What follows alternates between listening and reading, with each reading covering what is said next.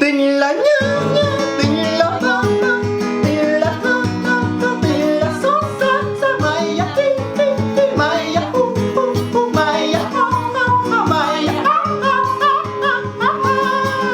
Alo, em à, nhớ anh không? Nhớ à? Mình làm gì đây đến với anh này?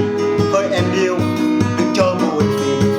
Alo, alo, thấy em đã vui cùng ai có biết anh buồn.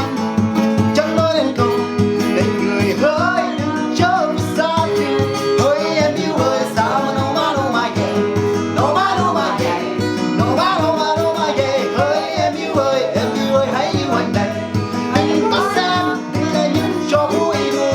Hỡi em yêu ơi sao mà no mà yeah, no mà yeah, no mà yeah. Hỡi em yêu ơi hãy yêu anh đây. Đừng có xem đây là những trò vui đùa. Đùa tình là mơ mơ, tình là thơ thơ, tình là mơ mơ, tình là xót xa xa. Mày ya đi đi đi, mày ya hu hu, mày ya ha ha, mày ya ha ha ha ha. Alo, Nhớ anh không? em à, nhớ anh không? Nhớ à?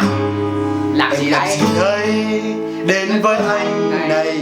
Hỡi em yêu đừng chớ buồn phiền. Alo, alo, hỡi chiều nay em đã làm gì? Anh đang không Ôi tình yêu có biết không nàng, chẳng nói nên câu này nàng hỡi đừng trở về xa tình. Hỡi em yêu ơi sao mà yeah, no mà yeah, no mà yeah. Hỡi em yêu ơi hãy yêu anh đây. Đừng có xem tình là những trò vui đùa. Hỡi em yêu ơi sao mà yeah, no mà yeah, no mà yeah. Hỡi em yêu ơi hãy yêu anh đây. Đừng có xem tình là những trò vui đùa. Tình là nhớ, tình là mơ mơ, tình là thơ thơ, tình là xót xa. Mày ya đi đi đi, mày ya hu hu, mày ya ha ha, mày ya ha ha. Rồi cắt. Xin chào tất cả mọi người. Hôm nay anh em mình vui lắm. Ok. Ok.